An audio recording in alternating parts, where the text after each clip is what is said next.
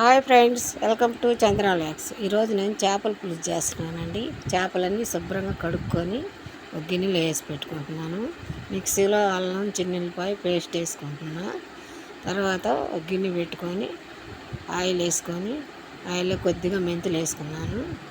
2 పచ్చిమిరపకాయలు చిరుకులు వేసాను. తర్వాత ఒక పెద్ద 2 ఉల్లిపాయలు కట్ చేసుకొని వేసుకుంటున్నాను. మొత్తం వేసేసుకొని కలబెట్టుకోవాలా. కలబెట్టుకొని కొంచెం కల్లుప్పు వేసుకోవాలా.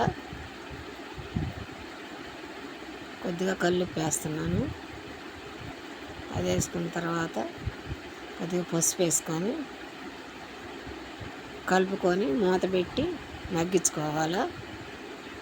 అవి మగ్గిన తర్వాత 2 టమాటాలు వేసానండి. ఆ వీడియో మిస్ అయింది. అవి కూడా మగ్గిపోవాలి. ఆ టమాటాలు కూడా బాగా మగ్గించుకోవాలా. మగ్గిన తర్వాత కొద్దిగా అల్లం వెల్లుల్లి పేస్ట్ వేసి పచ్చివాసన పోయిందాక వేపుకోవాలా. పచ్చివాసన పోయిందాక వేపుకొని ఇప్పుడు మనకు సరిపడా కారం వేసుకున్నాం. కారం వేసుకొని మొత్తం కలిసేటట్టుగా కలుపుకోవాలా. అలా కలుపుకున్న తర్వాత చింతపండు రసం చేపల్లో పోసుకొని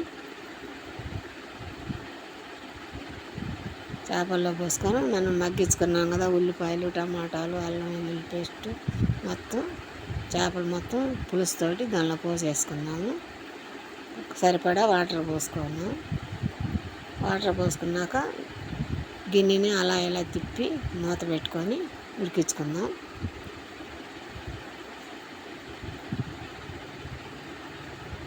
ఉడికిన తర్వాత చూడండి, ఆయిల్ అంతా పైకి వస్తే ఉడికినట్టు.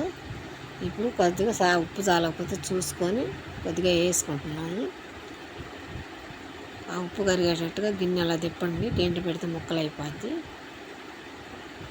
అయిపోయింది. లాస్ట్లో కొంచెం కొత్తిమీర వేస్తున్నాను. మా వీడియో నచ్చితే లైక్ చేయండి, షేర్ చేయండి, కామెంట్ చేయండి. కొత్తగా చూసేవాళ్ళు ఎవరైనా సబ్స్క్రైబ్ చేసుకోండి, లైకులు చేయండి ప్లీజ్ అండి.